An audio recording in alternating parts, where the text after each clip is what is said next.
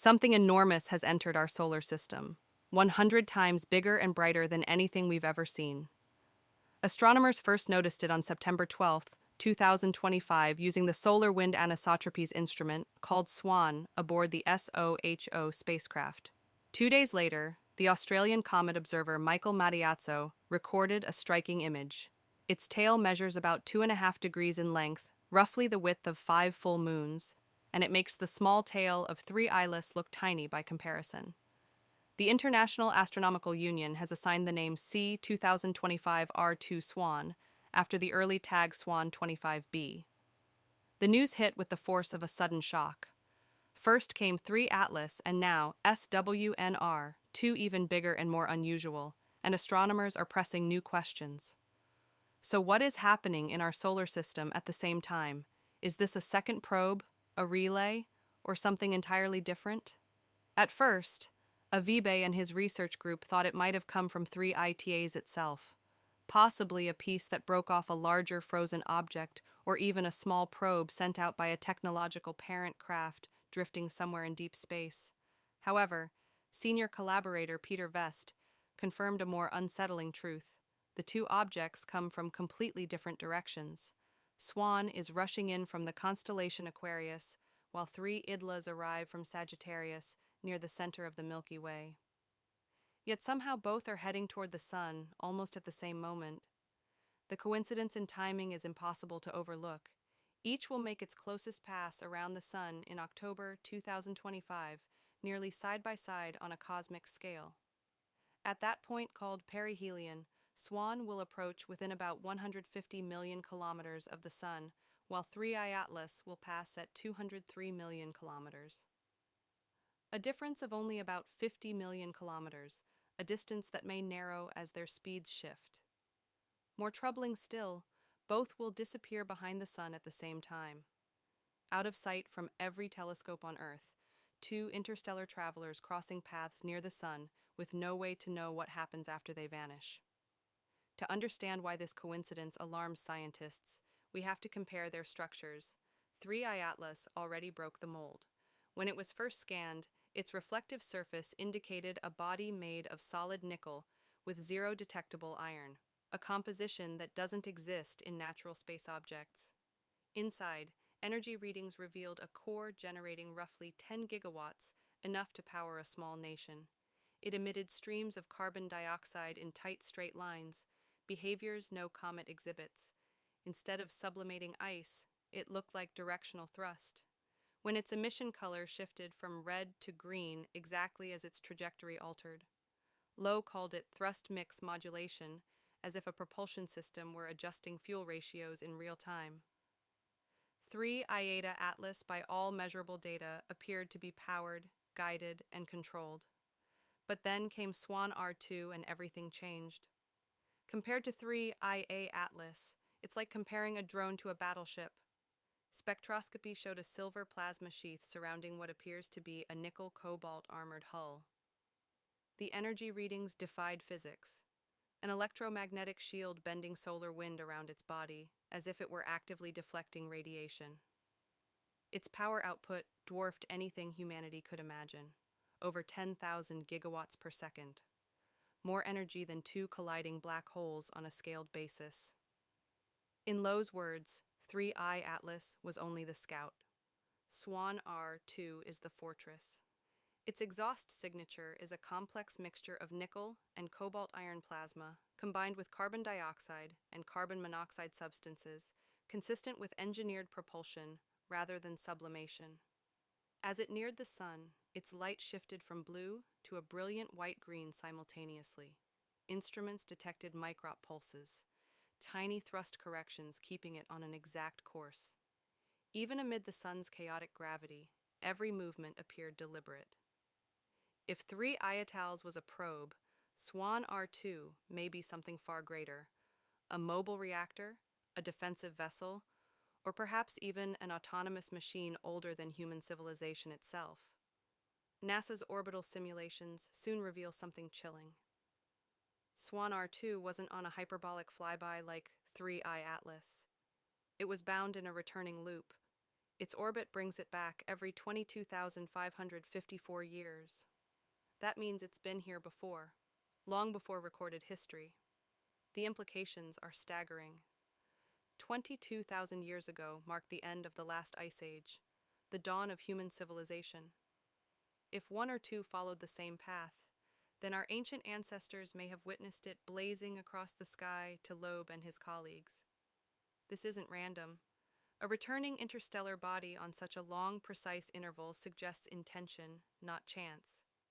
Maybe it's an automated machine running on a galactic schedule, a vessel that refuels from the sun, updates its systems, then vanishes back into interstellar space only to return millennia later. From its perspective, traveling near light speed. Those 22,000 Earth years might feel like months. In this interpretation, SWAN R2's reappearance isn't an accident. It's an appointment, a scheduled maintenance run in an ancient cosmic routine.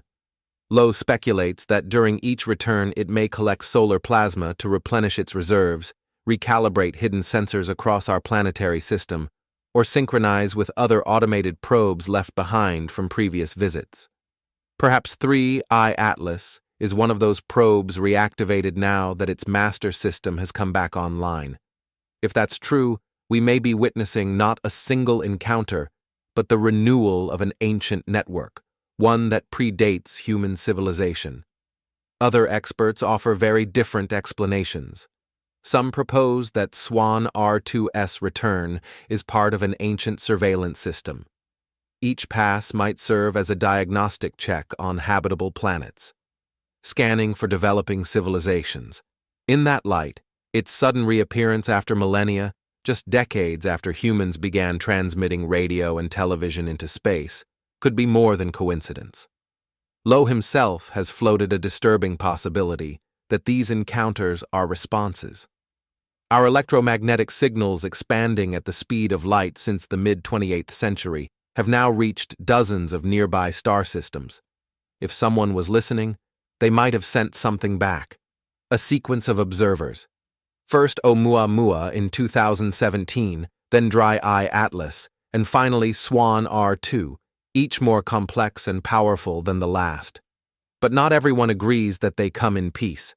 Some researchers believe SWAN R2's purpose is corrective, even destructive. If 3 ETAs was a probe gun rogue, SWAN R2 could be the enforcer returning to retrieve or neutralize it before humans interfere. Two interstellar machines converging on our sun for reasons entirely their own.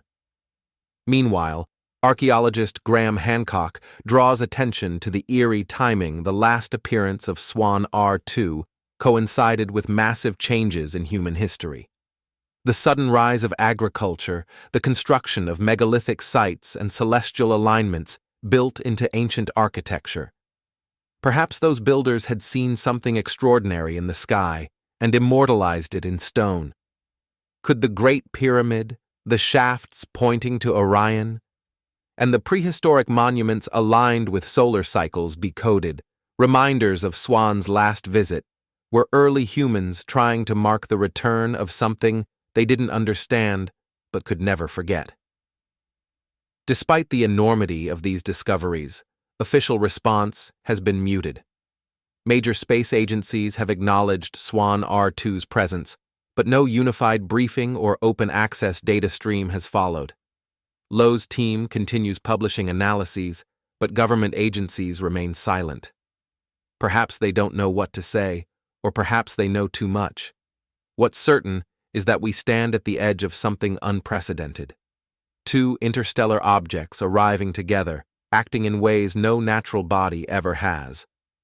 The last time humanity saw something like this, it changed the way we understood the universe. This time, the change could be far greater. The cosmos may not be as quiet as we once believed. It may be speaking through machines, through signals, through objects crossing the void every 22,000 Earth years. And now, as SWAN R2 and 3I Atlas slip behind the sun, all we can do is wait to see if they emerge again and what form they take when they do. If SWAN R2 and 3I Atlas are natural, they force a rewrite of astrophysics. We would need to explain stable plasma emissions, self-modulating luminosity, and coincident orbital timing. All unprecedented phenomena. If they are artificial, we're not just observing technology. We're witnessing evidence of an ancient active intelligence operating within our solar system, one that moves with deliberate purpose, on a schedule older than civilization itself. Loeb calls this the first true moment of cosmic humility. For the first time, humanity may not be the observer. It may be the observed. And if SWAN R2 is indeed a returning vessel, then Earth has been under intermittent surveillance for tens of millennia. Our rise, our fall, our wars, our broadcast, all of it may have been recorded in silence, but Loeb offers a glimmer of hope. He believes these encounters are not invasions, but invitations. The universe, he says, is a mirror, and what we see reflects what we're ready to perceive. The arrival of 3 Atlas and SWAN R2 could signify that our species has reached the technological maturity to finally notice the neighbors who've been visiting all along. In one leaked report, a classified satellite recorded an unexplainable electromagnetic pulse precisely as SWAN R2 entered solar conjunction. It lasted less than 3 seconds and propagated outward from the sun's direction. No flare, no coronal event, no natural cause. The poles contain a perfect binary sequence, ones and zeros repeating 22 times. Again, that number, 22 seconds, 22 pulses, 22,000 years. Coincidence or countdown? We stand at the edge of revelation. SWAN R2 and 3 Atlas have forced us to reconsider everything we know about interstellar space technology and perhaps even history itself. Whether they are natural phenomena, ancient probes, or something beyond both, one truth remains. The cosmos is far more alive than we once believed. In the coming months, as both objects emerge from behind the sun, we'll finally see what becomes of them. Will they burn away like ice or maneuver once again, proving intelligence beyond doubt? Whatever happens, this story has already changed us. It reminds us that the universe is not silent. It is waiting for us to notice, to listen, and perhaps to answer. So what do you think? Are SWAN R2 and 3 Atlas natural wanderers, automated machines, or something even stranger? Messages from the past reaching forward through time. Let me know your thoughts in the comments below. And if you want to stay updated when new data is released, make sure you're subscribed and turn on the notification bell. Thanks so much for hanging out with us today. I hope you enjoyed it. Wishing you the best of luck.